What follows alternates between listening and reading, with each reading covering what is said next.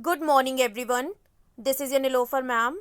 I hope you all are fine at your homes and your tests of internal assignment B1 were good. As you all have seen that from today we are starting our syllabus of internal assignment B2. Our subject is English grammar, and in today's video I will explain you worksheet 1. So before starting the work, like always, what you all have to do, you all have to mention today's date in your copies, that is 27 November 2020. With this you will mention online classwork in your copies, and with this you will mention lesson 14 in your copies and the topic of the lesson, which is prepositions. So as you all have seen already that for the explanation of lesson 14 prepositions, I have provided a YouTube link through which you can understand the whole lesson. You can understand all about prepositions. Now let's come back to the worksheet of today.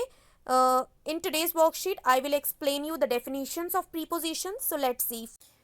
So the first definition is of preposition.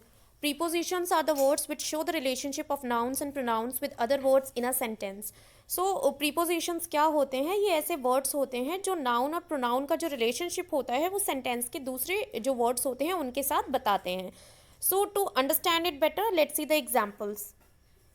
So the first example is the cow was sitting in the shade of the tree. So जो काव थी, गाय थी, वो पेड़ की छाया में बैठी थी. So cow is the noun. काव का जो रिलेशनशिप है वो किसके साथ बता रहा है? ट्री के साथ.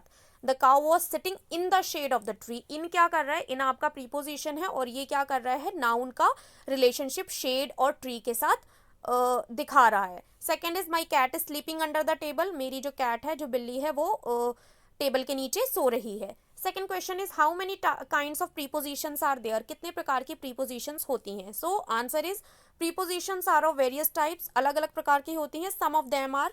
First is prepositions of time. So example is before and after. So prepositions of time आपका टाइम शो करती हैं. Second prepositions of place, that is beside, outside, बाहर, पास में. Prepositions of movement, towards, across. Next is a complex prepositions on behalf of, in charge of, etc. So I will explain you all kinds of prepositions in the definitions. The third definition is of prepositions of time. So it shows when a person or thing performs an action. ये क्या दिखाता है? कब एक sentence में कोई व्यक्ति या कोई चीज़ एक्शन को कब परफॉर्म करती है. You know the time it shows. Example is wait for me until I return. मेरे लिए वेट करो जब तक कि मैं वापस ना आ जाऊँ. So until is prepositions of time because it is showing कि मेरे लिए कब तक वेट करो, एक्शन कब, जब तक मैं रिटर्न ना हो जाऊँ. Second is they came to the party after it got over. वो पार्टी में तब आए जब पार्टी खत्म हो गई थी. So after is also preposition of time. It is showing the action कि वो लोग पार्टी में कब आए, जब वो ओवर हो चुकी थी. On fourth number it is prepositions of place. It shows the location of a person और थिंग इन अ सेंटेंस. सो ये क्या करती है? एक सेंटेंस में किसी व्यक्ति की या फिर किसी चीज़ की लोकेशन बताती है. Do not stay outside if it rains. बाहर मत रुको अगर बारिश हो रही है. So here it is showing the location outside. Can you place the chair beside the window. Beside means होता है पास में. सो क्या तुम चेयर को विंडो के पास रख सकते हो? So beside is also showing the location of a chair. Next definition on fifth number is of prepositions of movement. So it is used to show nouns or pronouns movement to or from a place. ये क्या करती है? किसी संज्ञा या सर्वनाम का जो मूवमेंट होता है किसी चीज़ के पास और किसी चीज़ से किसी चीज़ तक, मीन्स किसी चीज़ तक जाना भी हो सकता है, किसी चीज़ से वापस आना भी हो सकता है. सो मूवमेंट दिखाता है. Example is Lalita ran across the road to pick up the ball. Lalita जो है रोड के उस पार भागती हुई गई. मूवमेंट है ललिता का, यहाँ से कहाँ गई? रोड के उस पार, बॉल को पिक करने के लिए. Second is my friends walked out of the theatre. मेरा जो फ्रेंड है वो बाहर निकला थिएटर से. सो वॉकड आपका वर्ब है, आउट ऑफ, बाहर आया. सो मूवमेंट दिखा रहा है कहाँ से? थिएटर से बाहर आया. On sixth number it is complex prepositions. So it is a group of words which consists of two prepositions with a noun in between and functions like a preposition.